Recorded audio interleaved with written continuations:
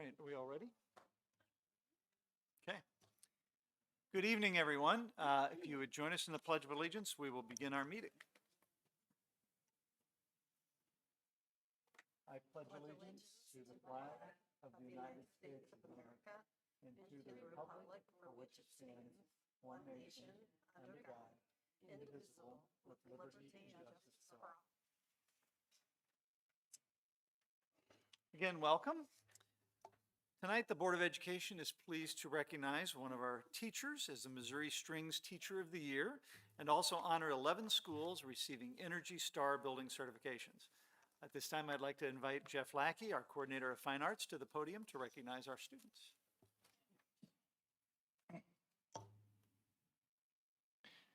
Good evening, President Jeff Todd, Vice President Debbie Hopper, members of the Board of Education, Dr. Schneider, and Mrs. Stover. Tonight, I am proud to recognize Linda Rikas, who was named this year's Missouri American Strings Teacher Association's Elementary Strings Teacher of the Year. This is a special moment in our district as it marks the second year in a row a Parkway teacher has received this prestigious statewide honor. Linda is a master teacher and a true expert in her field. Her colleagues describe her as a consummate professional who combines strong pedagogy with a lifelong passion for learning. As an elementary teacher, she carries a great responsibility of teaching our beginners. She is brilliant at developing the love for the orchestra while building a strong foundation that our middle school and high school programs rely on. Beyond the classroom, Linda is an accomplished performer who has served as a principal violinist for the St. Louis Philharmonic for many years. She brings this professional expertise to her students every day, always prioritizing their growth and excellence. Whether she's mentoring a first-year teacher or loaning out instruments to a colleague, Linda is an ultimate team player. Everything she does with her students is in the front of her mind and heart. As she nears a well-deserved retirement, we celebrate the incredible asset she has been to the Parkway community. Please join me in congratulating Linda Rikas on this well-deserved recognition.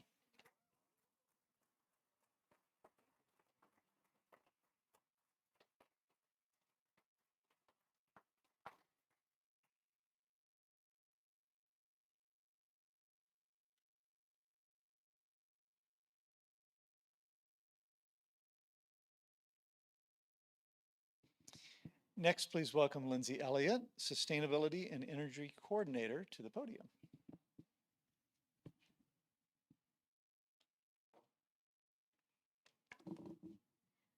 Good evening to President Jeff Todd, Vice President Debbie Hopper, the members of the Board of Education, and Dr. Schneider. It's my pleasure to congratulate the following 11 Parkway schools on achieving a 2025 Energy Star Building certification. Those schools are Central Middle, Craig Elementary, Green Trails Elementary, Highcroft Ridge Elementary, McKelvey Elementary, McKelvey Primary, North High, Northeast Middle, Riverbend Elementary, Sorrento Springs Elementary, and South Middle. This award from the U.S. Environmental Protection Agency recognizes high energy efficiency during the 2024-2025 school year. To achieve this certification, a school must earn an Energy Star score of 75 out of 100 or higher, indicating that it performs better than at least 75% of similar buildings nationwide. Some ways that our students and our teachers and staff reduce energy use include sharing centralized energy efficient appliances and by keeping electronics and lights turned off when not in use. In addition, school LED lighting upgrades and HVAC scheduling have significantly impacted these scores. This spring, each school will receive a certificate of achievement, a letter of recognition from the EPA, and an official Energy Star window decal to display. Many of our schools are repeat award winners. Please join me in congratulating our 2025 Certified Energy Star schools.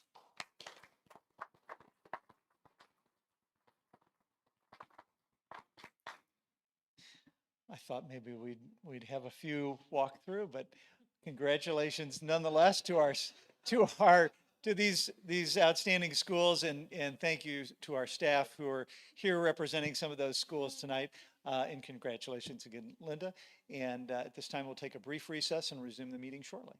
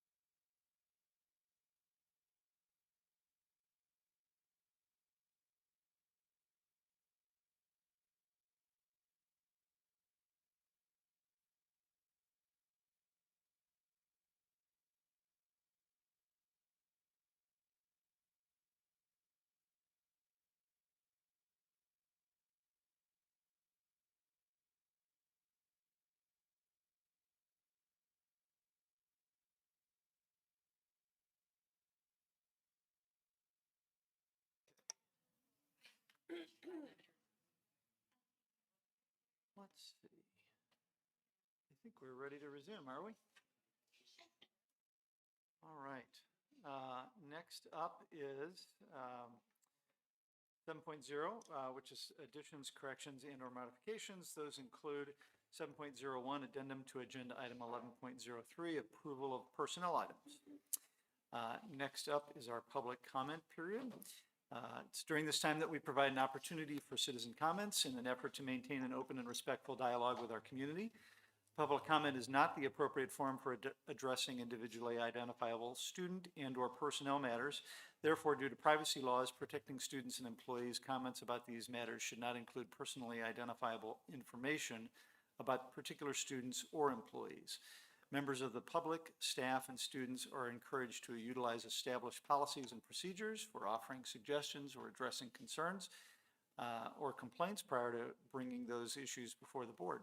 Please be mindful that the meetings of the board, including your statements at the podium, are broadcast and that you are responsible for any public comments you make. In lieu of a public statement, you may choose to submit your comments to the board in writing. These statements may be submitted to the board secretary, who will distribute them to the full board, or you may contact individual board members. Also, due to time constraints and the need to complete the primary responsibilities of our meeting agenda, we cannot respond to your public comments during the meeting, so you will receive a response from us in writing. We are always available to have an open dialogue outside of our meetings and can be reached by email or phone using the contact information on the Parkway website. Each speaker tonight will be limited to 3 minutes at the podium. Should you not have enough time to speak, you may submit your written comments to the board secretary or myself in her absence tonight.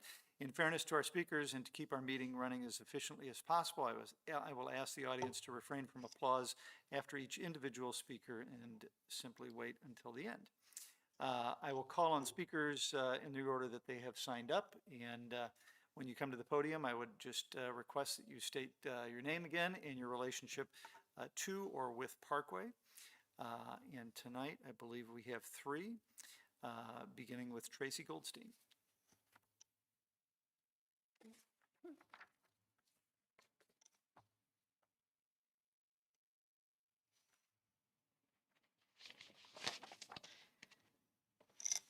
Good evening, and thank you for having me this evening. My name is Tracy Goldstein. I am a graduate of the Parkway Central class of 1991, and with me tonight to speak also is my wonderful daughter, who will be a graduate of the class of 2028 from Parkway Central. I want to first start off by saying, and as a reflection of Jeff Todd's comment, I am not here to pinpoint any student. But what I am here to talk about is a very serious issue, and that is the Jew hatred that exists in our schools. And it's not funny. And I'm not going to say who, but we have 2 Jewish school board members as well. So I think it should be something that's very serious. When kids, when families are starting to talk about possibly leaving Parkway or putting their kids in public schools because they're afraid for their children. They're afraid that when their children walk down the hallway and they're going to be called a kike or, oh, you're Jewish, you're a baby killer. Those things are going on in your schools. And the good news is that the Missouri House and Senate have passed a law that soon will be on Governor Kehoe's desk, and that is House Bill 2061, and I highly recommend that you all read it. And I'm going to quickly tell you what it does. What 2061 does is it adopts the IHRA definition of anti-Semitism. And there's been a lot of confusion about this, so I'm going to quickly go through and tell you what is not prohibited by the IHRA definition, because a lot of people seem to think, oh, well, there goes my First Amendment right. Well, that's a straw man argument, and that's completely not true. So, number 1, it is not prohibited to criticize the Israeli government or its policies. Number 2, it is not prohibited to advocate for Palestinian rights. Number 3, it does not prohibit opposing Zionism on political, philosophical, or ethical grounds. And for those of you that don't know what Zionism is, it is the right, the Jewish people have the right to self-determination in their indigenous homeland called Israel. Number 4, it does not prohibit the academic, historical, or political debate about Israel and Palestine and the conflict. Number 5, it does not prohibit criticizing Jewish individuals for reasons unrelated to their Jewish identity. 6, discussing or criticizing religion. 7, supporting boycotts. And 8, expressing opinions about geopolitics. 9, using terms like Israeli government, Ms. or, Goldstein, yep. And number 10, and I can send you this too, that would because, be great. would you like that? Yeah. Because I really do want you to understand that it's not acceptable anymore for our kids to not be able to learn in a safe environment. And so with that, I'm going to let you hear from a student. Thank you. Next up is Dahlia Goldstein-LaRocco.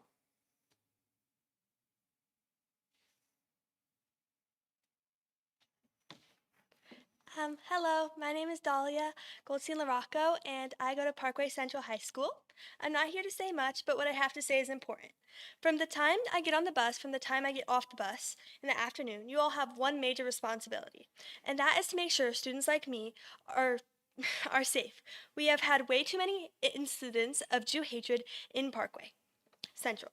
My goal is to graduate from Parkway Central with outstanding grades and to get into a good college. But with all of the noise and the outside distractions of people trying to hold Jewish students like me accountable for what's going on halfway across the world, it's ridiculous. And it's your job to keep the school safe and to keep me safe and students like me safe. And it's your job to make sure that we all meet our highest potential. And with distractions like these, it's not going to happen. I look very forward to next school year when the school district will be forced to have policies regarding all forms of hate. You all must do better. Thank you. Thank you. Next up is Allison Reppy.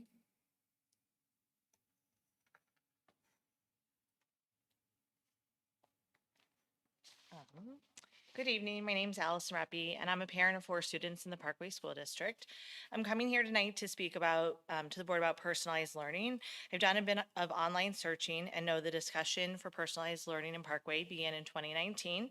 I first learned about it as a parent at PCMS when my daughter had the option to choose her path forward in the middle school in 2022, and she opted to sign up for an academy. My daughter made the right decision for herself, and dare I say our family, as our younger daughter has also been part of the same academy. Seeing the effect of project-based learning in this way as a parent shows me just how much a middle schooler can do, sometimes completing 6 projects at once. I've also seen my children show their learning beyond what a standardized test can show in creative and informative ways, developing a passion for projects, whether it's a newspaper article or slideshow or a game created with peers, which is fostered by educators who make learning meaningful. Students having the opportunity to learn from the same educators for years in middle school nurtures even deeper learning as the relationships are built and strengthened with trust throughout their years together. The educators are the people who bring the personalized learning to life. This group of people completely changed their teaching style and grading style when they didn't have to, but because they were willing to take a risk. They put in extra work because they were willing to do so, and I believe inspired to do so. My first conference, I told one of them, "This is amazing," and her response was, "I've never been so tired, but my husband said I've never been so happy." I feel the district should protect the educators who have gone above and beyond and made changes. Removing educators from teams like this means that less students will have the opportunity to learn in such an innovative way. Currently at PCMS, there are changes for next year's teaching positions due to future enrollment numbers. An ELA teacher is being removed from my child's team, and when I asked how that'll affect her learning, I was told that their teachers teach cross-curricular, so she'll get all of her ELA. This feels like a threat to a group of enthusiastic educators and sends the message that coming together to sync up subjects for meaningful education may result in a teacher losing their position. Losing these or any great educator to different buildings and different districts would be a great loss to PCMS and Parkway students. When moving forward with budget analysis, I strongly urge you to consider how to budget budget fiscal support for the academies. These options for students keep Parkway at the forefront of education, keeps the students excited about their learning, and keeps teachers interested in continuous reflection and growth to best prepare students for our ever-changing world. Thank you for your time and all you do for our district as well.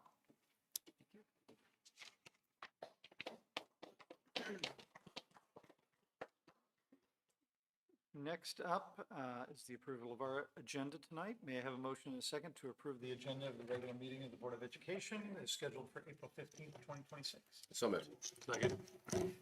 All in favor? Aye. Any opposed? Motion carries 7-0. Next up is 10.0, our communications. The next regular board meeting will take place on Wednesday, May 13th, beginning at 7 p.m. here at the Parkway Welcome Center. A board, excuse me, a board workshop will take place on Saturday, April 25th, excuse me, beginning at 8 a.m., also here at the Parkway Welcome Center. Now we have board superintendent reports. Man, start us off. I'm just going to share and be a plug for our community conversations. We've already done South and we've done West, and we have 2 more coming up. Monday, April 27th at North High at 6 p.m. and then Thursday at Central.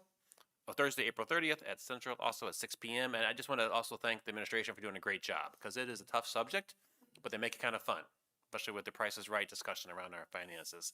It is a fun way to learn about our challenges, but it's also very important too as we look ahead for the district. So I encourage everybody who's not come to one yet to please come out either to Central or North. Thank you. It's been a busy almost month and a half. I hope everyone had a relaxing spring break, had a little chance to recharge.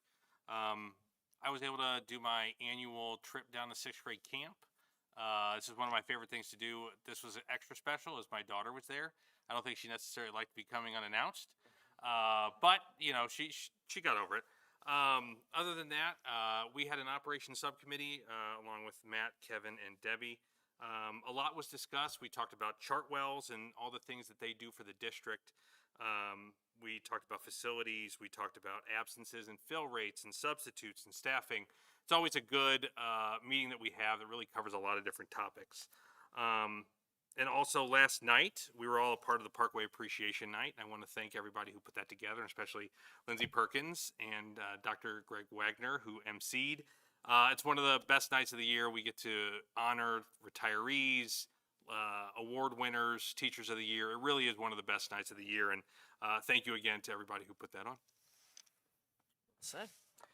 So just to add on a couple other Parkway related activities. So I'm part of the TLA subcommittee. We had our meeting on March 23rd, also with Matt and Debbie and Dr. Beckner. We are in the process of working through a policy review of curriculum cited policies. So it's been a year-long project, or I guess a school year-long project that'll be coming to fruition soon, or final soon.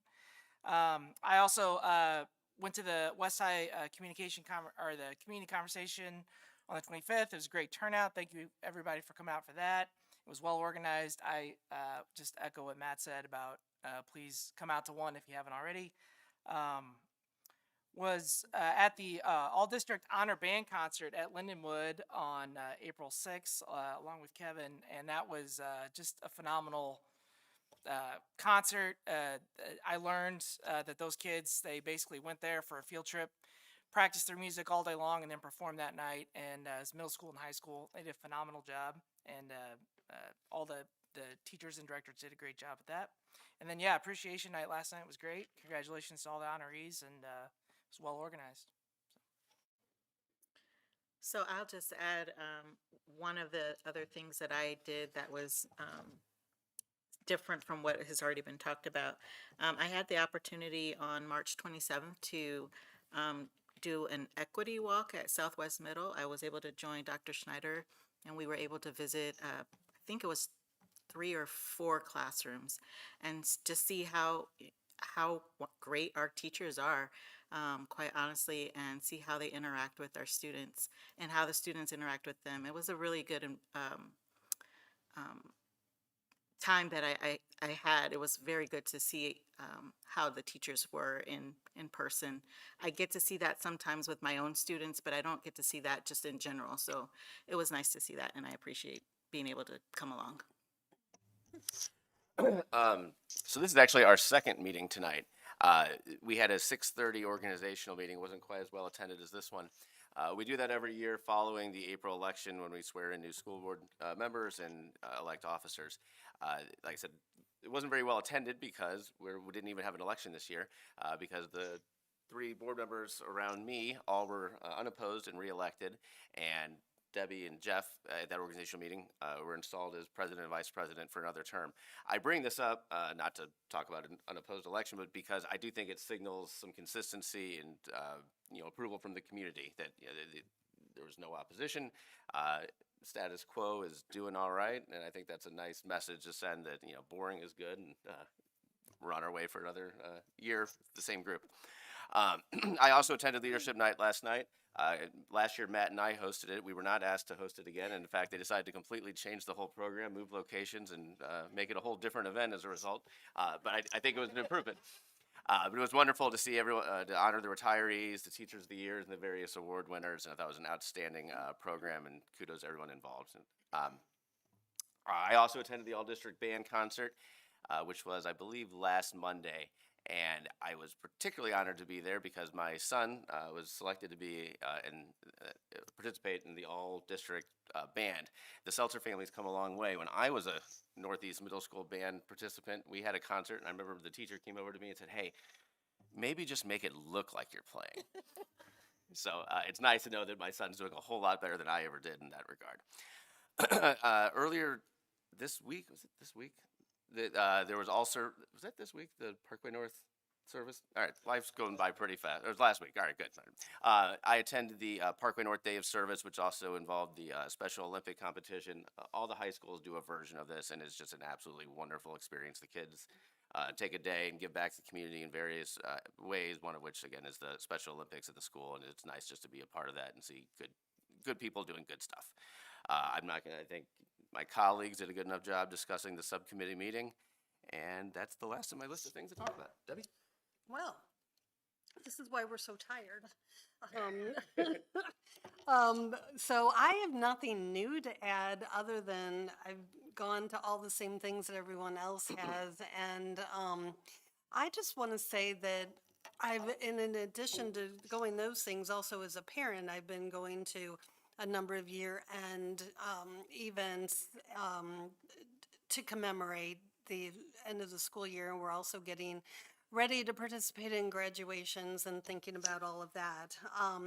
I just love Parkway. I mean, we have so much going on, and these community conversations have been incredible, and the participation and the number of people that have been showing up has been so wonderful.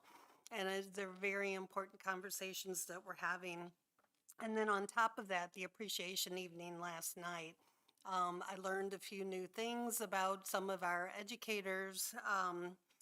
And it's just a thrilling time right now to participate in this, and now to have the opportunity to serve another 3 years on this with these wonderful colleagues of the board and our wonderful superintendent gives me a lot of pride.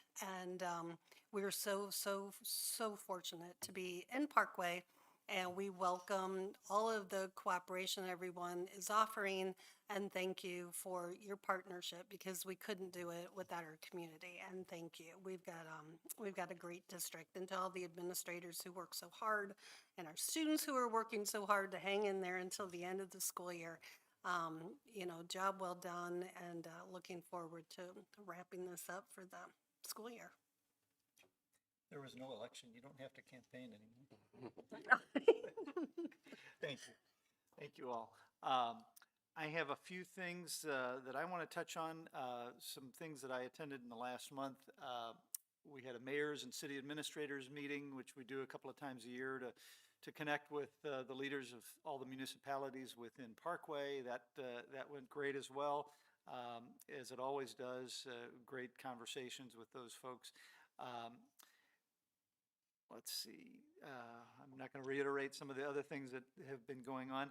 I will tell you that that we, about 2 or 3 weeks ago, we received a report, annual report from the Parkway Food Pantry. They, in 2025, they served 8,000 plus individuals. They provided meals for over 8,000 people in Parkway. Typically, we take care of about 140, on average, 140, 150 families every month. There's a distribution day each month where the families get so much food that lasts them quite a while. In the fall of last year, we had almost 300 families that were served, primarily around the government shutdown when things got pretty tight for some families. So they have just done some amazing work. And I just want to mention, not only they had that going on, but we had a tornado last spring where a number of our families were impacted by that. The community and our volunteers in the pantry really stepped up to help during that time. They survived some construction this summer at Northeast Middle, but they continue to just be a shining star in our community, and we can't thank them enough for the work that they do. I also want to mention that last month we had Mike Seppi here, who has led the Parkway Rockwood Community Ed program for a long time. He was here for his annual report. Shortly after that, we learned that he has announced his retirement. So he will be very much missed in the Parkway and Rockwood communities, in that program specifically. His replacement search is underway, and we'll update you on that as it unfolds. This morning I had the opportunity to be with several Parkway folks and non-Parkway folks as a guest judge on the Chartwell-sponsored Discovery Kitchen Cook-Off that was held at Central High. We had teams from all 4 high schools as well as Fern Ridge, and they competed. This every year. This is a long-standing competition that's gone on between the FACS classes at each different school, and it's a different menu, so to speak. This year was an Asian flair of food, and I can tell you there's nothing like having a lot of curry at 10 o'clock in the morning. But it was all very good food. It was very difficult to decide which was best. We graded it on a number of different elements.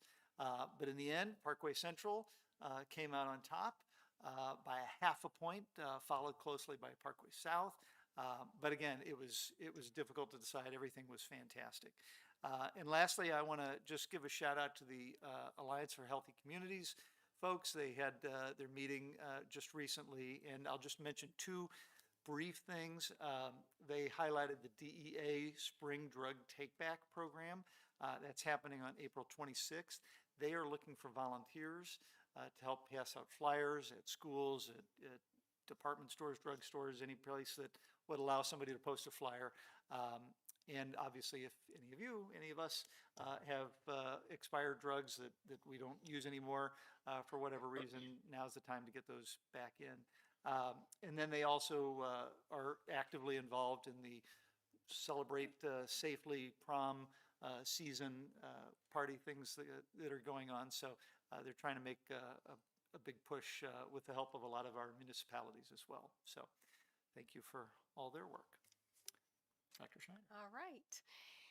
Many of the things that you all mentioned, I was able to be at either with you or see from another lens, and so I won't spend too much time on those. But to President Todd's comment on the mayor's meeting, I just want to add that we were able to celebrate Mayor Clement's last meeting with us from Manchester. He'll be retiring, and we really appreciate that partnership that we've had. I also was able to attend for my first time one of these trivia nights that seem so popular in Missouri, and every Friday there's another trivia night I could go to, but I was able to attend the Parkway Alumni Association's trivia night, and our very own John Kilper emceed that event, and our team won second place, and I was on Team Seltzer, and it was just a neat way to see the generosity of our alumni association and what they do for our kids. They raise money for scholarships through these events, and for different things that they give to us as an association tied with our school district, and we really are grateful for them. I've been on a lot of school visits. Love walking through classrooms, seeing our incredibly talented teachers teach our students. They love our students. I love seeing them just so engaged and our students so engaged. Went to the equity walk and also saw another cooking class on that walk, and it was high engagement. I was at the cooking event this morning too, and it's so neat to see the kids on a team working together doing that stuff.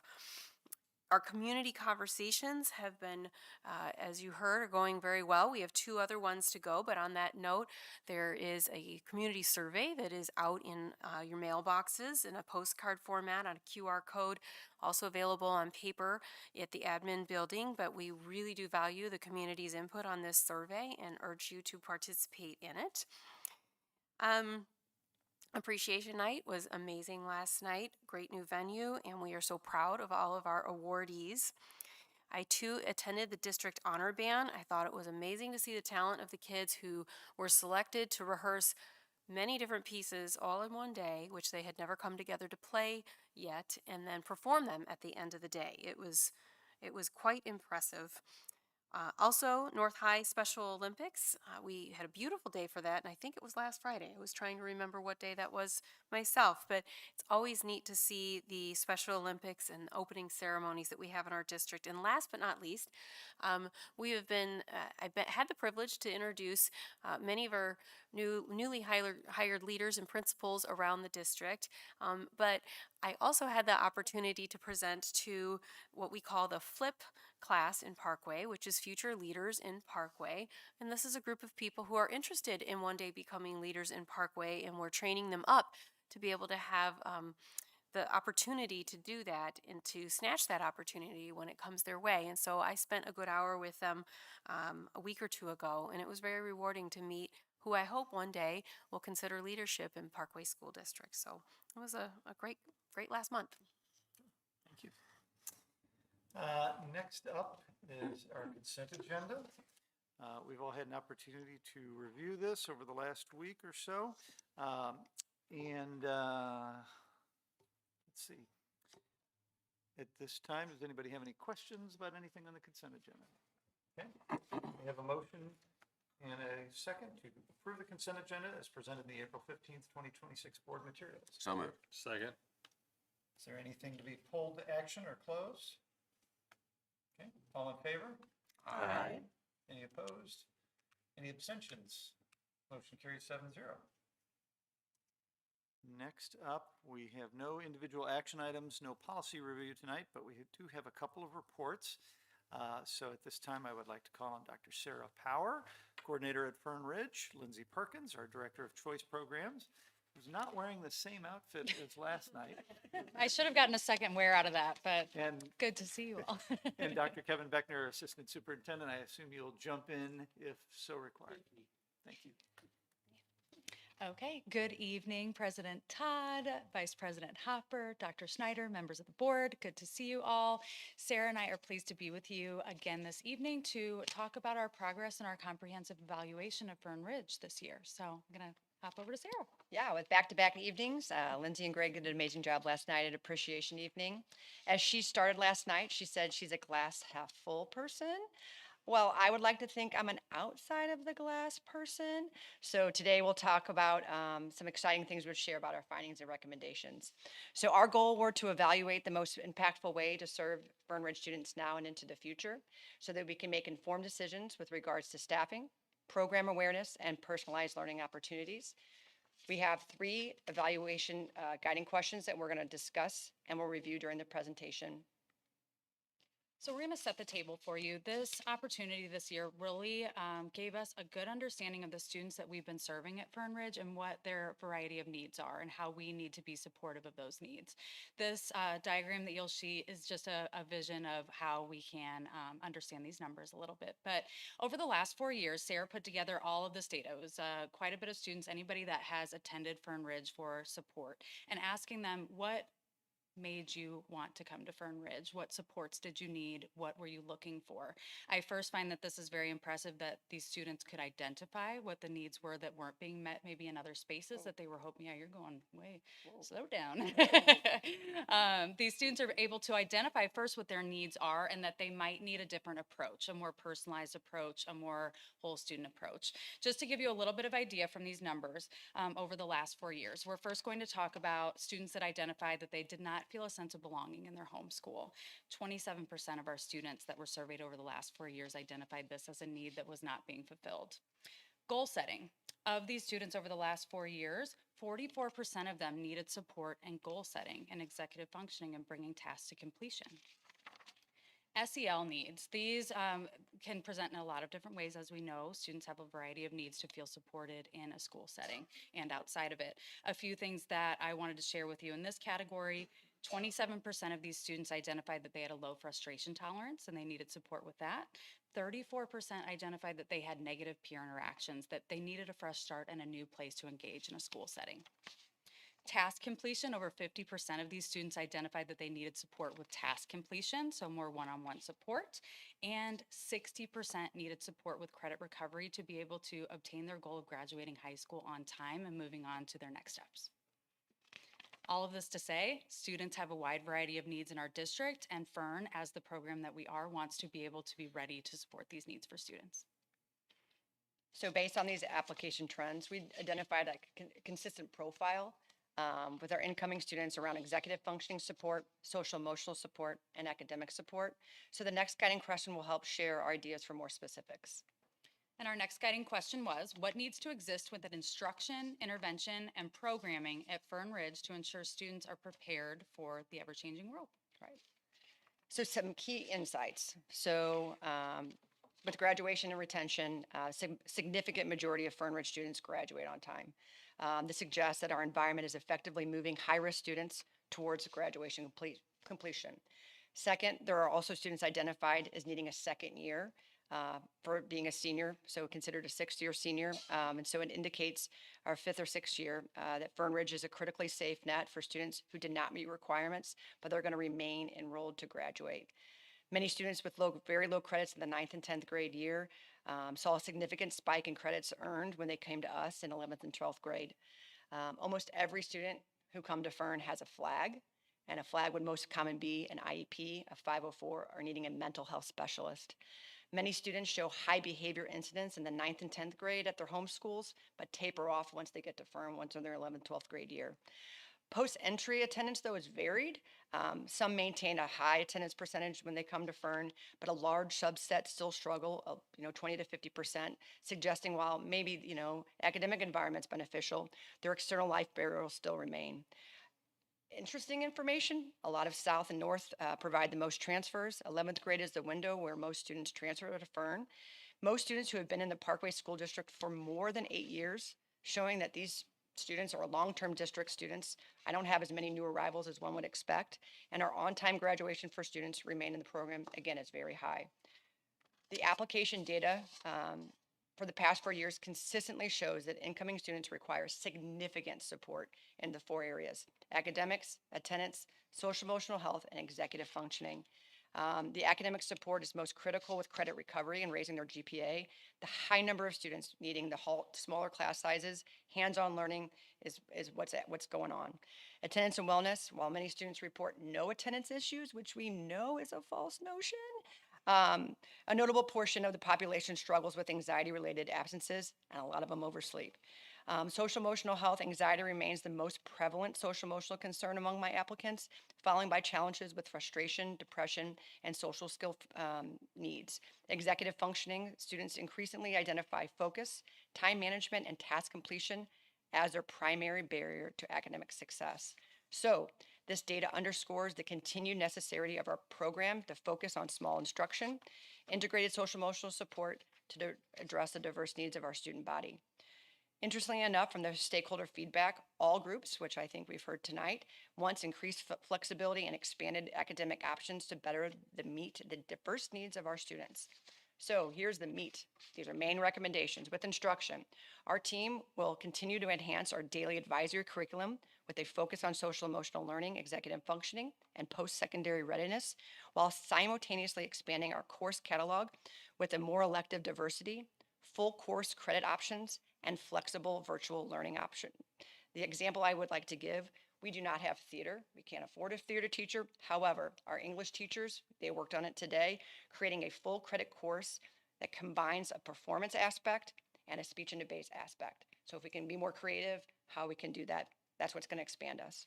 With intervention, our team is committed to implementing the district's multi-tiered system of support framework by utilizing data-driven decision-making and fostering an inclusive learning environment.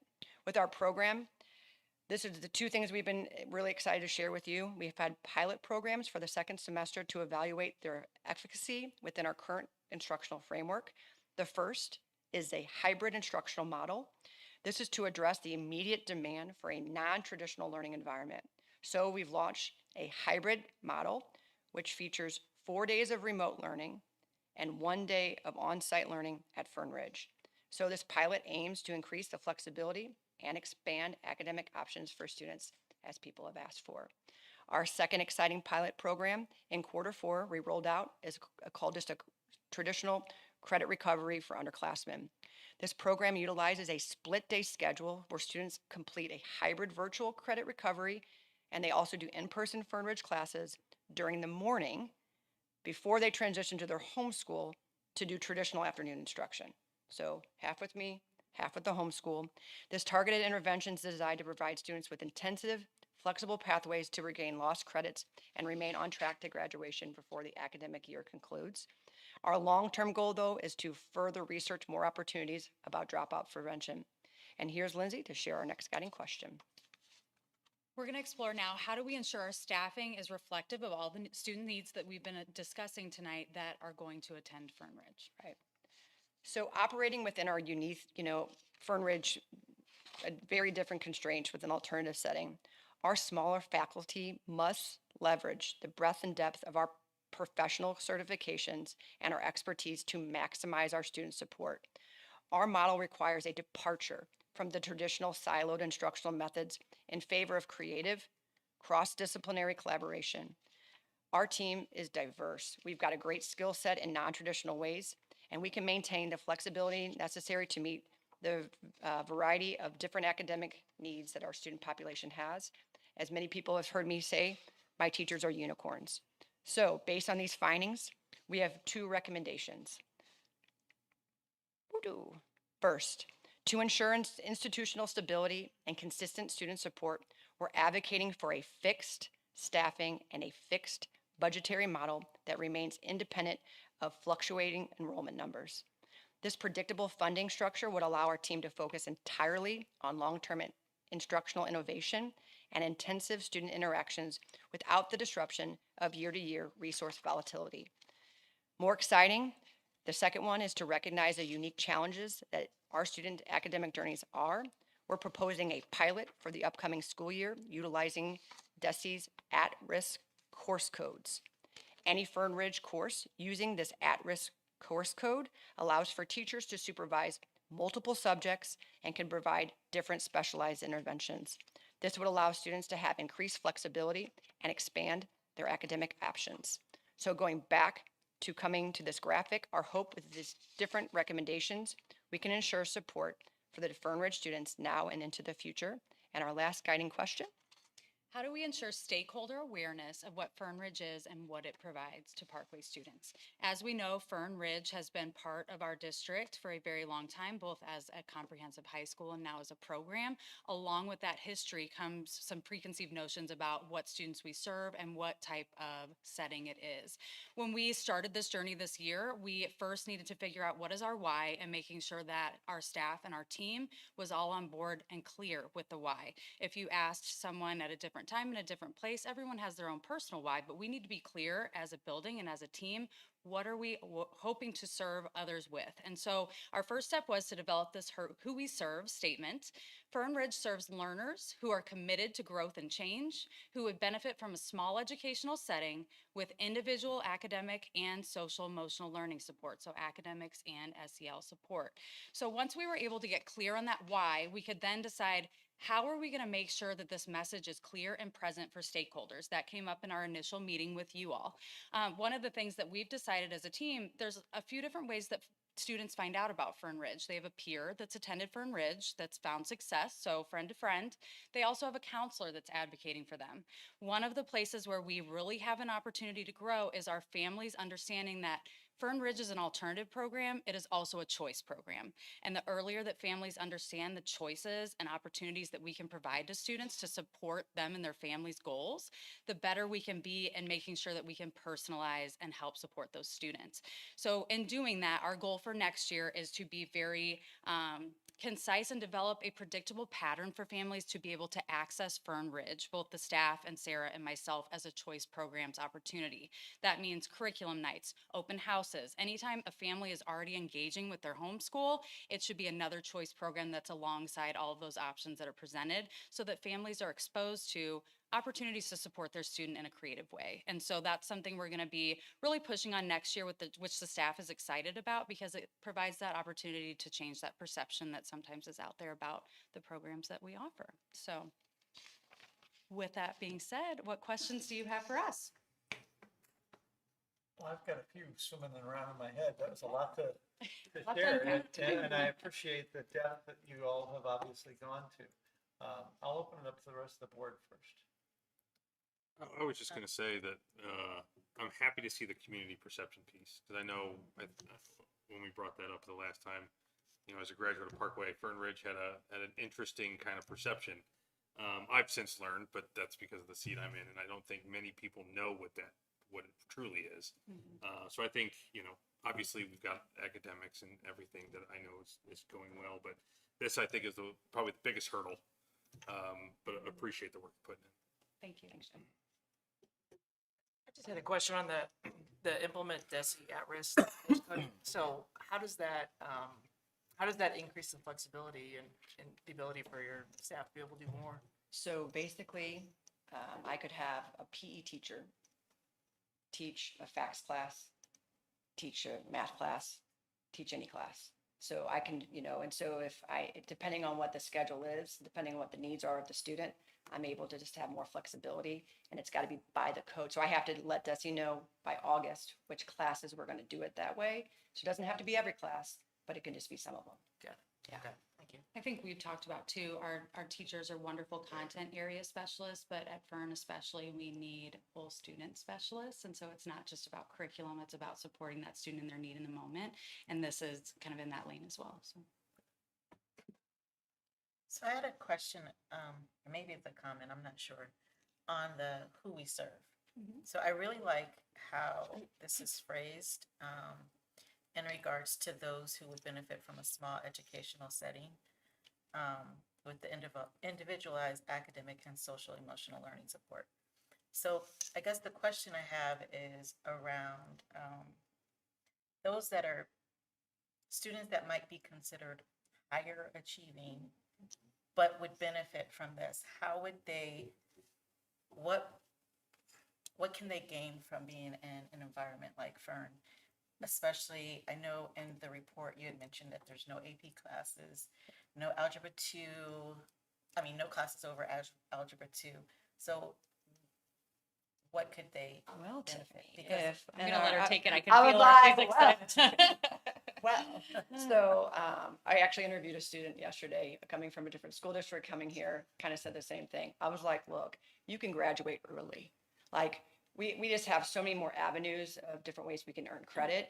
And so, but true, we don't have honors, we don't have AP courses. You can still do a part day at Fern and a part day at your homeschool, right? So we're trying to find the way to, again, to have some different classes that they might not be able to take in a different way, but also still have the flexibility to do it at their homeschool. Usually people, when they come in, it's usually that, because it's the two hallways. So, I've got a handful of kids who've had 30 on their ACTs that literally just need the 2 hallways. It's just knowing that we just don't have as much flexibility with the courses. But I mean, I feel like we've done a really great job of if you look at our course catalog, it kind of mirrors homeschool. Again, not as much, but we still have a lot. I think too, the opportunity, if you are done with your high school requirements earlier, you're getting into some work-based learning opportunities. You're getting into a real-world learning opportunity. You're getting into ECP. You're going to St. Louis Community College. It is putting you on a trajectory to focus on the things that are valuable to you and the life that you want to have. And so we've had a lot of conversations of students that are with Sarah that are ready to move on, and how can we challenge them in a different way with other resources we have at the district level. Some of the, I have a number of questions too. You kind of touched on some of them. I'd like to delve into a little bit deeper. So one of my questions had to do with drama, but also with music, because I know that those are not taught at Fern. And is there any anticipation that maybe music classes could be brought in to Fern as well? So we've talked about that when we were trying to build a couple of our new classes that we're trying to build. That was one of the things we talked about. So Chris Stout does have that part in. He does do, he's in a rock band, so he figures out ways to get credit for that. But if you're, I've talked with Jeff Lackey, if you're wanting to do choir, if you're wanting to do orchestra, if you're wanting to do band, so we have a student who does part-time at North, does, marching band, and then comes to us part-time. So, we're still able to make it all happen. It's just going to look different. So then that really is just tapping into their home school then to be able to access. Right, because they're some dual of these enrolled. things Yeah, that they're they- dual enrolled. Mhm. They don't have to choose one or the other, which is the beauty. That's why Okay. the choice. And then can they participate in Spark? Yeah. And Oh, yeah. Technical, Valley Dealing, North yep, Tech? They can do that Ryan did it, too? Yeah. Mm-hmm, Yeah. okay. And then my other question had to do with, last night, Fern Ridge art teacher was recognized as a teacher of the year. And I noticed in her video that there was mention made about the National Alternative Education Association. And I didn't really realize that there was this whole special world of alternative education for teachers to actually go into as a specialty, if you will. So the teachers that are hired at Fern Ridge, what does that look like in your hiring process as to what their requirements are? And are you feeling like we're able to tap into that well enough for the students at Fern Ridge? Because one of those parts of the report that I read had to do with the teachers mirroring the students that they're teaching. So Right. So our teachers have dual certifications in multiple areas. So Diana alone, she has multiple, I think 5. There's not, when I say unicorns, they're legit unicorns. Like they just can do everything. And so, we present at different, I think it's one of those things that when I'm thinking about that question, I just say, yeah, everybody who comes to Fern Ridge is like the students choose to come to Fern Ridge, as do the teachers. The teachers have chosen to be there. They want to be there. And so, yeah, we went to go to Wentzville, looked at their program. Blimberg just came, Pattonville just came to us. I think the alternative setting, I think we're all trying to get ideas from each other. And that same is for teachers. But most of my teachers actually go to a lot of their home schools because they still do the curriculum. And they're getting ideas at all times. The MSPLCs have really been helpful too, just to get, further instruction. Okay. And then my last question, I understand that sometimes typically there's a waiting list to get into Fern Ridge. I think we're maxed at 80 students. I moved it to 100. Okay, okay. And do you still have a waiting list, and what are the constraints with being able to take on more students? Is it space? Is it recruiting, teachers? What are the constraints to not being able to take on more? I've stayed about 95 throughout my 4 years here. 95 is my sweet spot. I'd say about 25 of those kids want the online, they want the hybrid, they're wanting something different. About 70 to 80 really want the traditional Fern Ridge. They want to come to school every day. So my hope is that if I can become more, part-time here, part-time there, we can have more. So right now I'm I'm feeling like the different things we're piloting, I think it's going to be really beneficial to help more kids. Something that Sarah and I have talked about that comes my way that I share with her often is our students that are wanting a exit from their home high school for a variety of reasons, and they want to go fully virtual through MOCAP. My concern with that is then sometimes we don't have access to them necessarily if they have social emotional needs, or then they're at home and they're more isolated. So that's some of the things that we've talked about too is, okay, let's do a few virtual classes and can you come in 1 day a week? And let's make sure that someone is there to help you with math and your English, and making sure you still have a connection for someone to put you in front of the right resources if it might become a need, or that you still have a connection to a school community that might be more of a fit for you. And so we're trying to figure out some ways to fit those puzzle pieces in appropriately so students still feel a connection to our community, because they might just not have found the right connection yet. Had some similar questions about the hybrid concept. Is 1 day enough to have them in the building? Depends who you ask. I would say, so if you're asking my pilot, who has already passed like 7 classes as a freshman and she's crushing life, she would say it's been enough. So I think as we take on more, as we try more, I think, we're going to have a very clear contract of what it is. If they're not meeting those expectations, if they're not doing what they need to do, we'll add more days. We do want to have a sense of belonging. So we're having them come in on our Mondays when we have our community choice time, which is, where they get to do clubs, activities. We're mindful of that, Jeff, that it was something that our counselors talked about. They're like, we don't know if 1 day is enough. That's why we tried it with her. She has said that she's probably going to come more next year. She's like, yeah, I think I might want to do, more. And I was like, okay, what could that look like? What can we do to support you? Because she, again, I think like that sense of community, but I don't think she was ready to be a full-time Fern Ridge. So again, being flexible, just literally what the stakeholders have asked for. How can we be personalized for those needs? And when you are successful, are you prepared to educate your peers at other schools and how to? Like, these are my life goals, Jeff. So You're saying, speaking her language. I can feel the heat coming off of that. Yes. Yeah. yeah. So I mean, I call us a greenhouse. I think, we have a new digital lit class talking about, talking AI. So, I mean, our class is unbelievable. That would be what hoping other schools would, try it. I think we are able to try and be more flexible. And if it flops, oh, well, we tried it. Kids will give us good feedback. My hope is that all the different things we're trying, some of it can go to the home schools and they can pick it. Again, we pick apart what they use and we use what's good there. So just being able to, again, dual enrolled, all working together in Parkway. I want to go back to a couple of your earlier slides where you talked about the percentages of goal setting ability and having a sense of belonging in a school. Are we measuring that after students have been at Fern Ridge for some period of time? So this is their application data. So this is they're saying what they struggled with. And so it's interesting. So we, right now we're doing the panorama data. And so I'm like, you put that? But, so I think we look at the data, but I think we're trying to find a better way to measure. Is that really what it is based on like the actual like assignments that we're doing? So how we have an executive functioning assignment. Have they done it well? And did they turn in all of our assignments at the end of the week? So that's kind of what our MTSS system that we're looking at to try to clearly define that data. We're not there yet, but we've been looking at it more, especially through this lens, especially after the 4 years of, and like we actually looked at 10 years, but the 4 years is actually what we've been focusing on. After COVID. After COVID, yeah.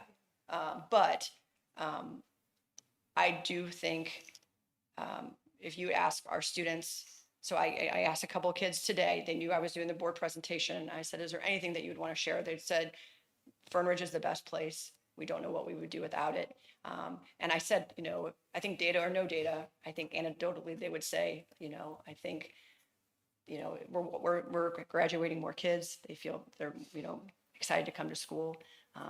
So we're just excited to try more things. Well, speaking of trying more things, you talk about an expanded course catalog, but then you're also talking about partnering more with the homeschool or encouraging them to Yes, Jeff, I like to do it all. find that balance. Yes. What if some of those specialized courses are available at their homeschool, what kind of course expansion are you looking to? So we're looking at more of the full course code. So like if you have a class like contemporary issues and that, you know, or film studies in media in America, if they're combined and the essential standards are very similar, if we can combine them. So African American Lit, that's one of our full course codes. We have an I design full course. You know, we're trying to get the drama, speech and debate full courses. I think being smarter on how we teach those essentials, because a lot of them are cross curricular and they're taught the same. They're the same standard.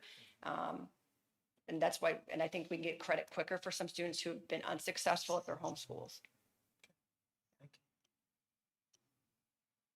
Anyone else have any questions? One other question I have, I just noticed in the report from the students, one of the comments that was made was that they wanted to have an open campus like the other homeschools have, so that they could go off campus for lunch. And I was like, where are they getting that idea from? So, because I know at least at West, it's not open. So I think that's what they would hope. And I think that's what they're saying. Please, we would love to have an open campus. We do, if they get the Falcon Pass, they can leave on Fridays. So we do have where at lunch they can leave on Fridays. Yeah. okay. And they come back?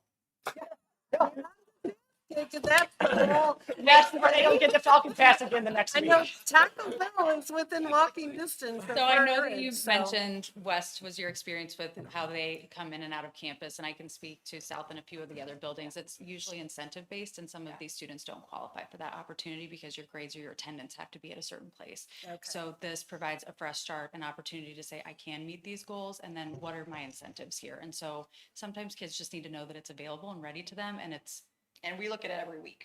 So at homeschool might look at it It's a a- quarter. every We do it semester. Every week. You can get the Falcon Pass each week, depending on how you're doing. Thank you. Thank you both very much. Thank Really you. appreciate Have a it. great night. Guys, thank you. Next up is our gifted program evaluation. So I'd like to invite Dr. Molly Glazers, gifted program lead, and Kevin's going to sit there in the wings again. Enjoy. It's all you, Mom. Thank you, Dr. Todd, Mrs. Hopper, Dr. Schneider, and the board. I am excited to share with you more about our gifted program evaluation. So we had a long journey.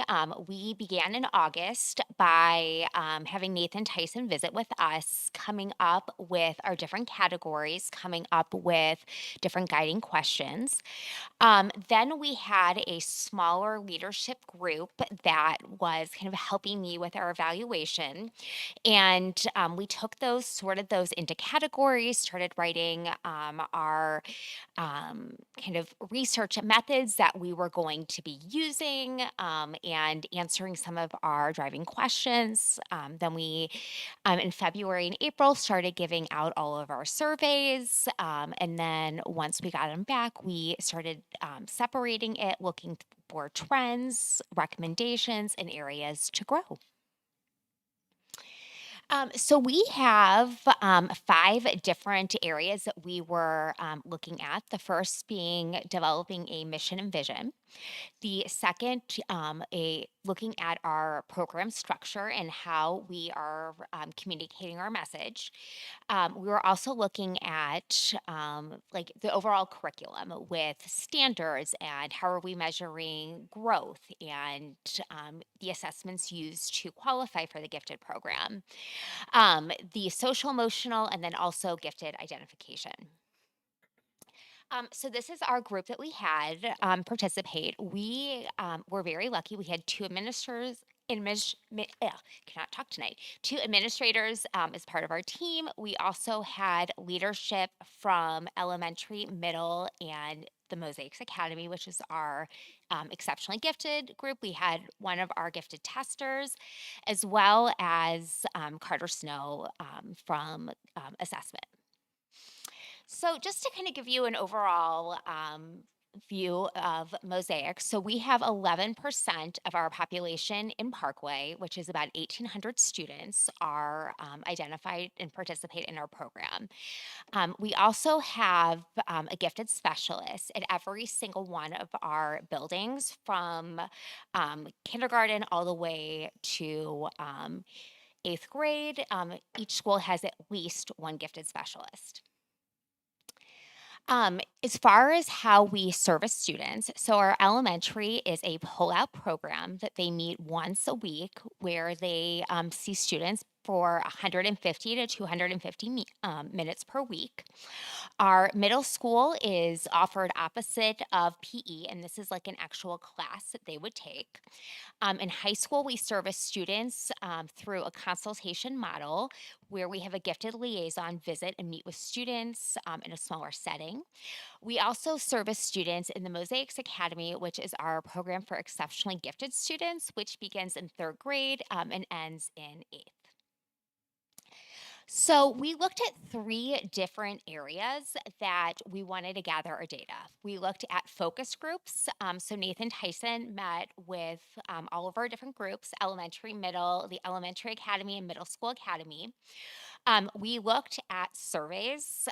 We surveyed a lot of different groups. We surveyed our teachers, our um, parents, all the students, administrators, current and former students, just to kind of get their perspective of what's working well, what could we look at for areas improvement. And then we also looked at current research, doing some professional reading, and also talking with other districts and finding out what they are doing in their buildings. For our focus groups, some of our large strengths is that students are finding that the curriculum is very engaging. They also find it very flexible. Teachers are finding that they are able to collaborate. There's a lot of sharing of resources. There is a supportive leadership and communication feel from the staff.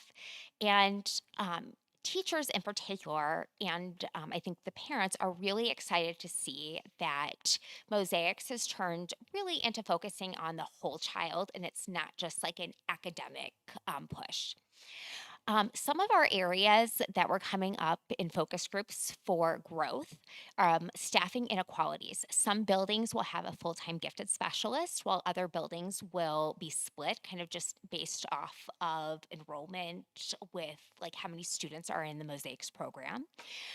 For students that are in buildings that have a split gifted specialist, they may have shorter instruction time than some of our students that have a full time person there. Inconsistent resources. We have both a Mosaics budget and building budget that they have, but some schools have more resources than others. And another big area is just the need for us to incorporate more SEL time in our day. Different opportunities.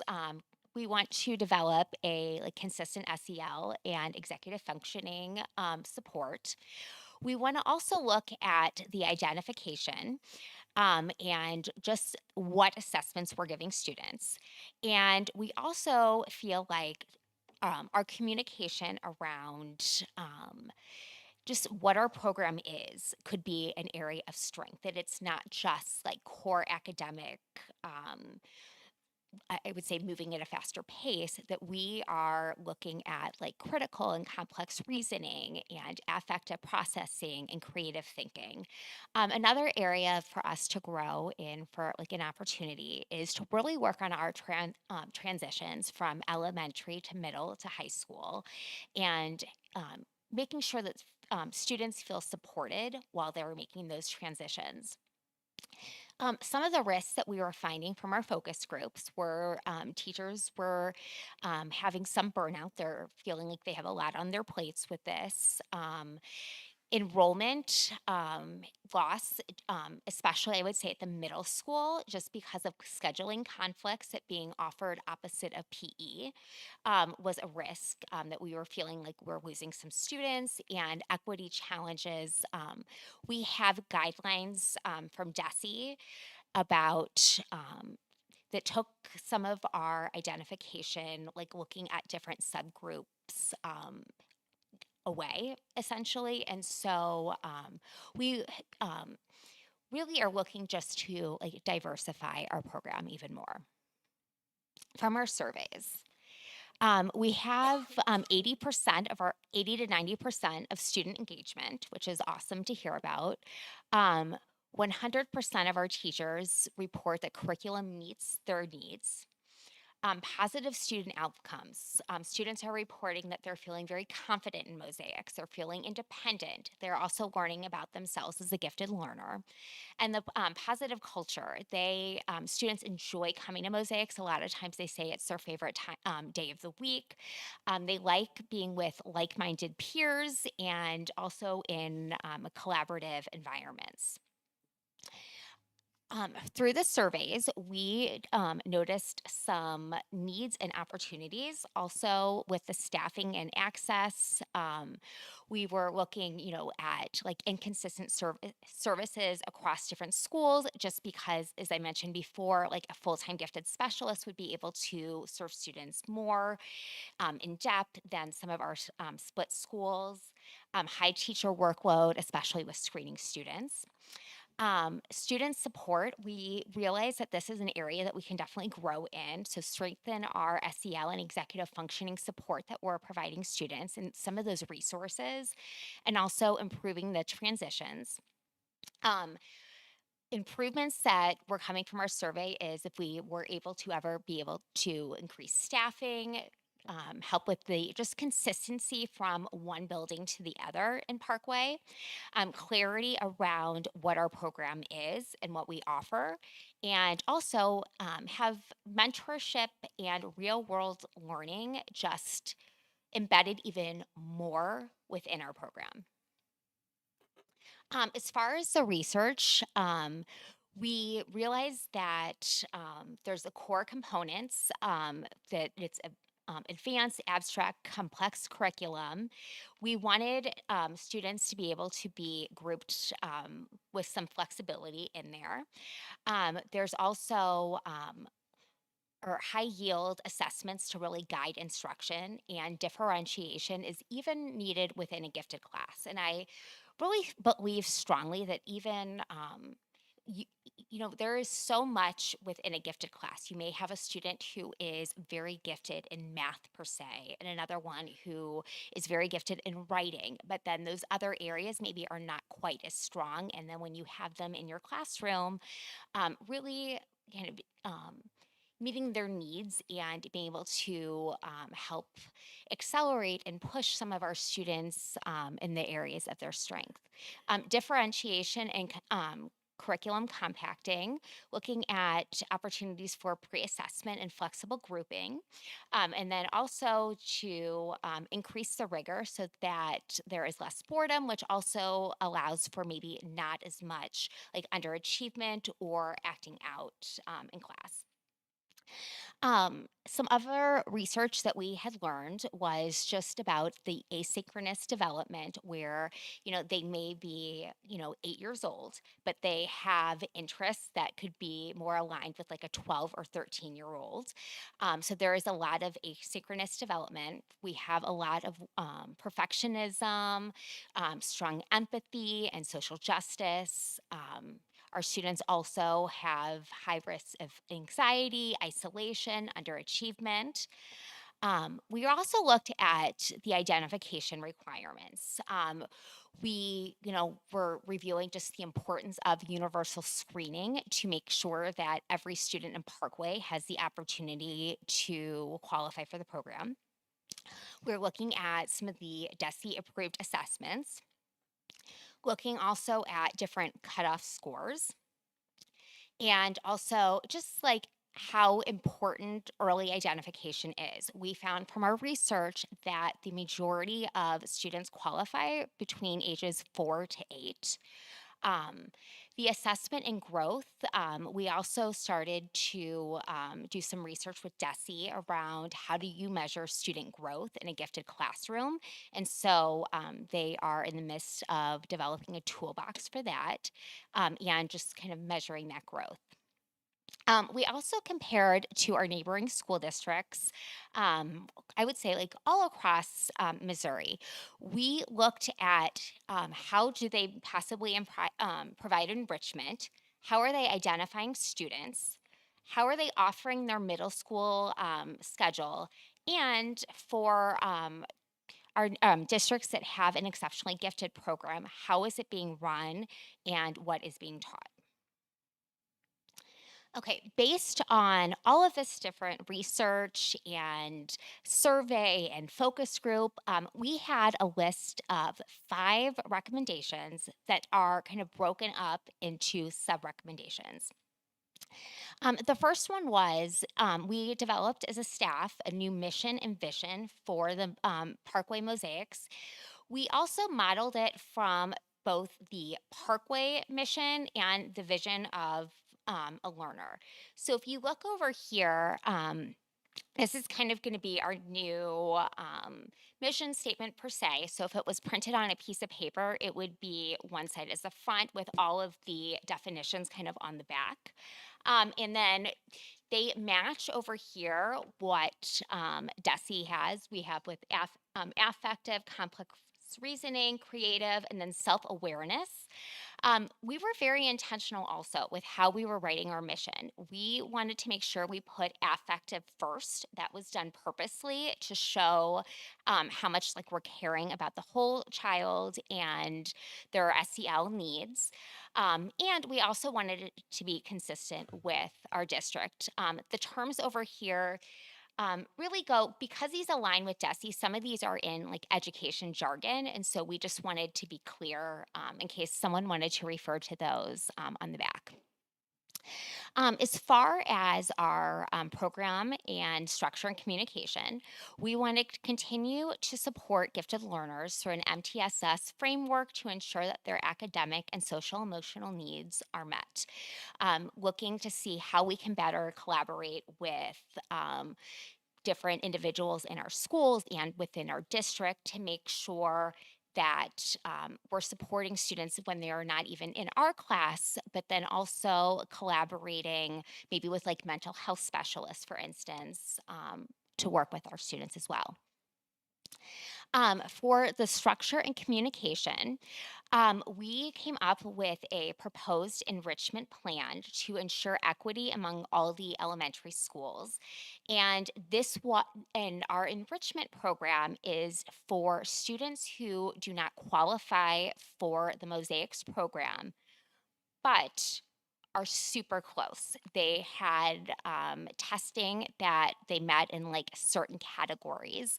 And so we really want to focus in on that to help gain exposure so that students can qualify at a later time.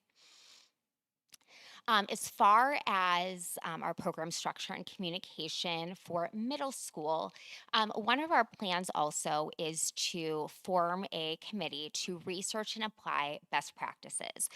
We want to next year get principals involved and teachers to really form a group to investigate what is the best model for middle school because scheduling has become this big barrier for us and really digging in about the pros and cons of every single model that we've seen kind of out there. We also have a goal about the gifted liaison with how they support at the high school level. Students right now are feeling like maybe they're not quite as sure about what her role is, and we just want to strengthen that communication so that they feel like they can utilize her services when they're there, but also making sure that when they are in middle school, especially their 8th grade year, having that information about, like, I was in Mosaics in middle school, this is how I can access my special needs when I'm in high school. To strengthening that communication. We're also for communication and program structure recommendations is to just continue to monitor the space constraints facing the Elementary Mosaics Academy for the 27-28 year and beyond.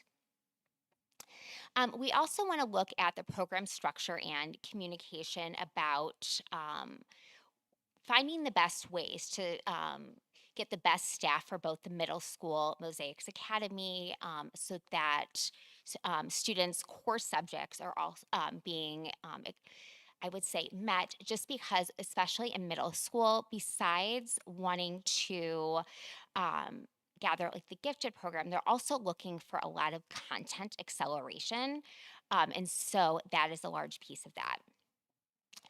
We also want to really improve our communication around the structure of the program. So, for instance, of how our model is currently set up is that a level 4, which is our exceptionally gifted program, families are feeling like I need to reach the top of that when really that is about 1% of our student population.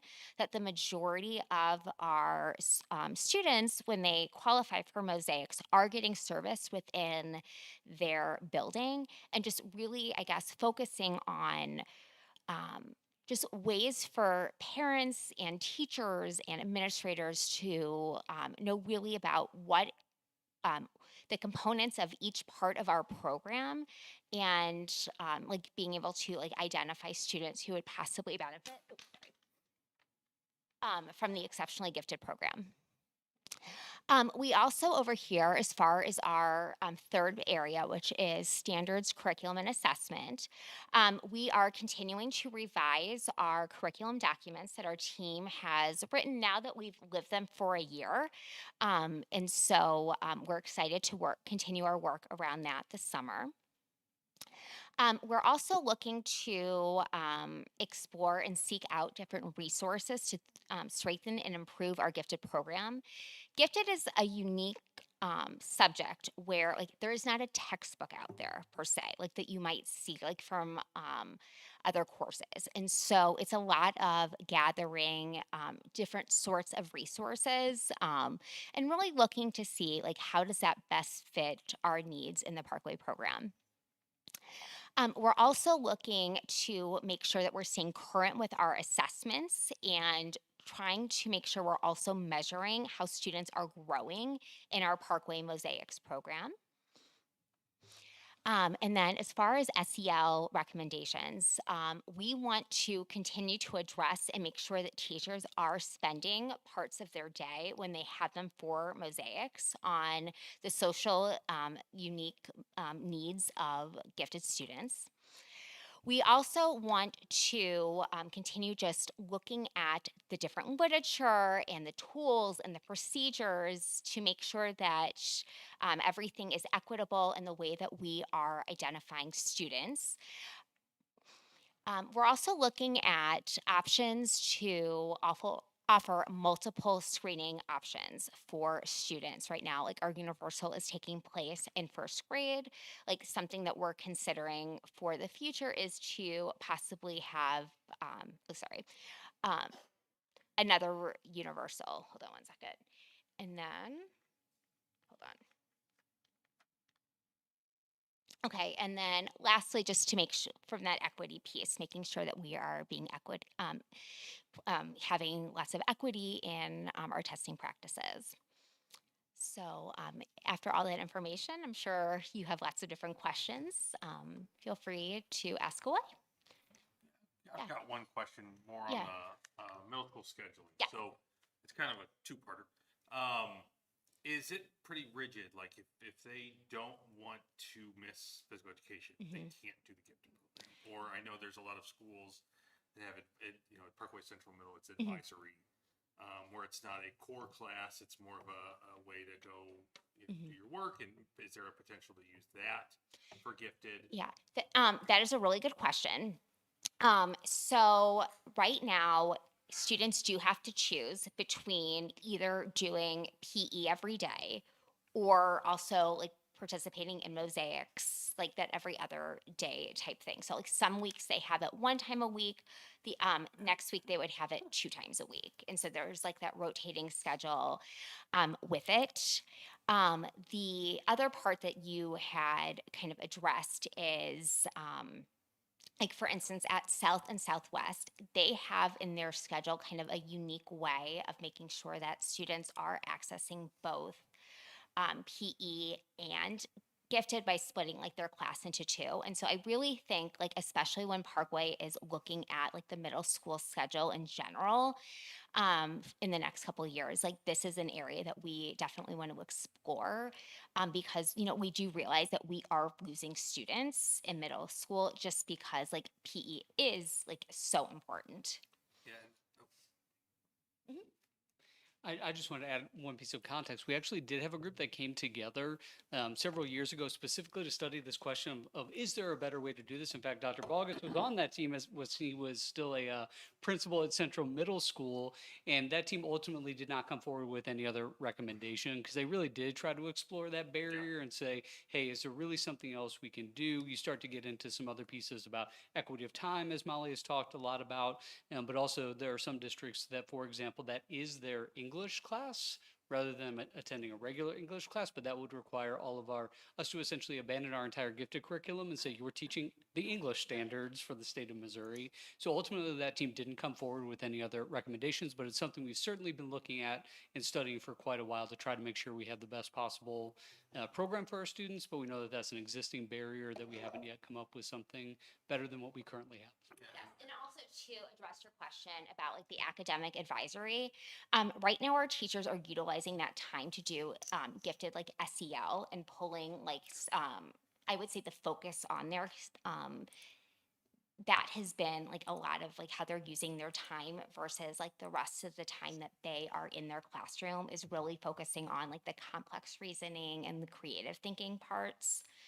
And so like that time, I guess we're already trying to be creative, just because like, in middle school, again, like the struggle is like making sure that we are getting all of our gifted minutes in. And then along with that, I know there was at least one bill that was put forward making physical education Yes. mandatory.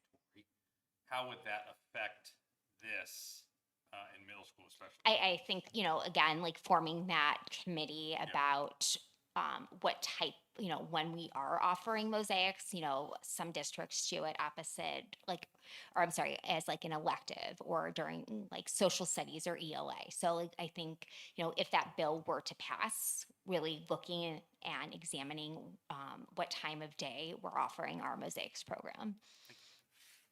Yes.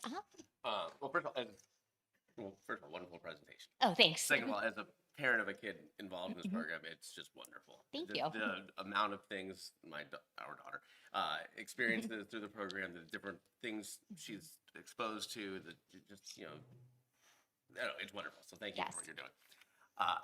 My question though is, do we do anything to like track what?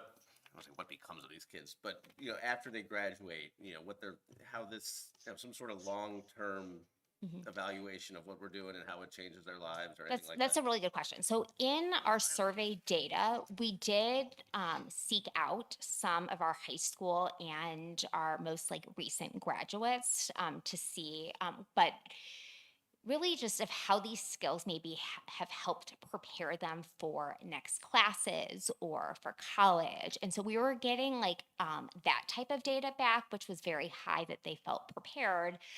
But we have not been tracking per se, like where they're going to college or like the different types of careers or how it is that they're utilizing some of these skills. But that is something that we can definitely look at and continue to track. I'm not trying to give you an extra Yeah. assignment. No. I mean, it's definitely, yes, something to look at. Well, and I appreciate the emphasis on the scheduling piece too, because I remember when I got to get to middle school, I mean, it was just more and more challenges of trying to keep her happy with the things that she wants to do. She loves to do, but then, some of the other things she was missing out on. So I'm glad that we're looking at that.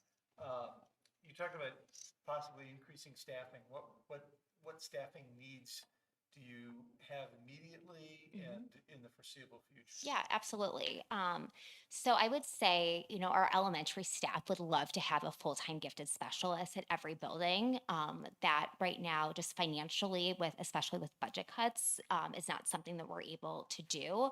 But we think that that would be a way to utilize our staff to also work more with students who are not formally identified as gifted or help with like exposure. So like that would be an area. I believe adding like another full-time gifted psychometrists. So we have 1.5 psychometrists in Parkway. And a typical day for them will be testing between 3 and 4 students. However, I think she has tested like 400 to 500 students, like that we have this huge spreadsheet going on. And the wait time in which it takes students to get tested, I think is something that we would love to like not have kids have to wait as long. That would be an area, the Middle School Mosaics Academy, we would love to hire like a full-time science teacher for the academy.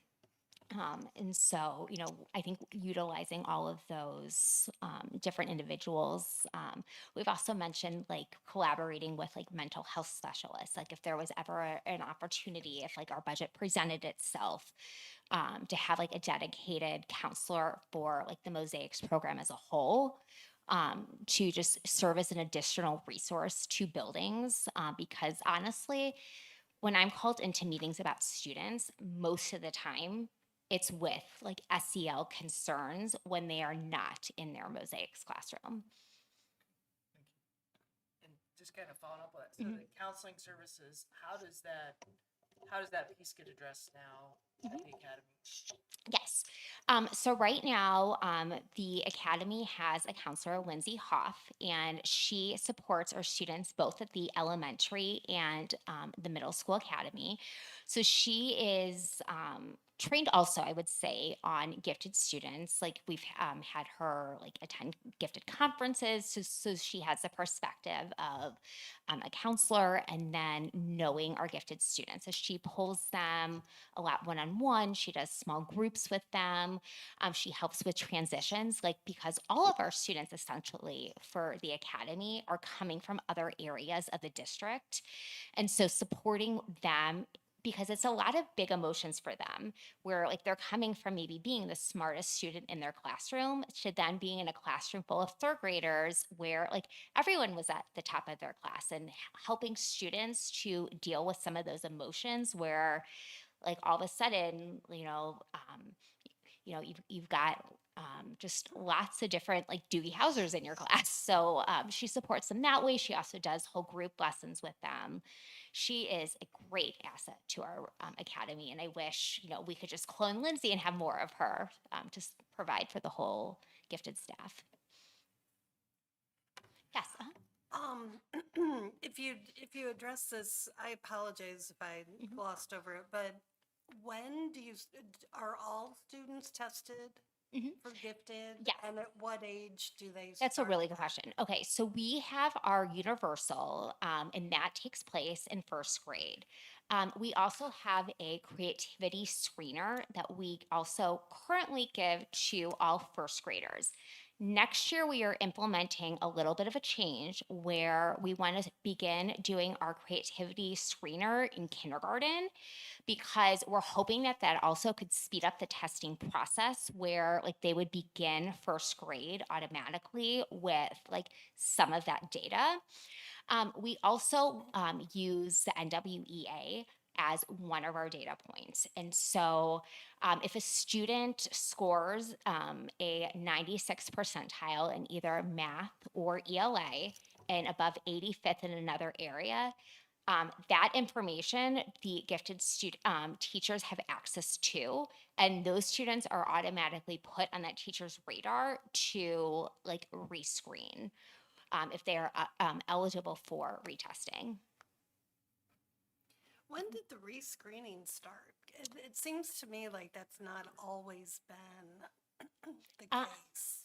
So I have been in Parkway since 2010, I guess, and we've rescreened since then. There are different waiting periods, though, depending on like the test. So, for instance, the quicker screeners that our gifted specialists administer, and we call these like the building level assessments. Those have a wait period of 18 months before we're able to rescreen.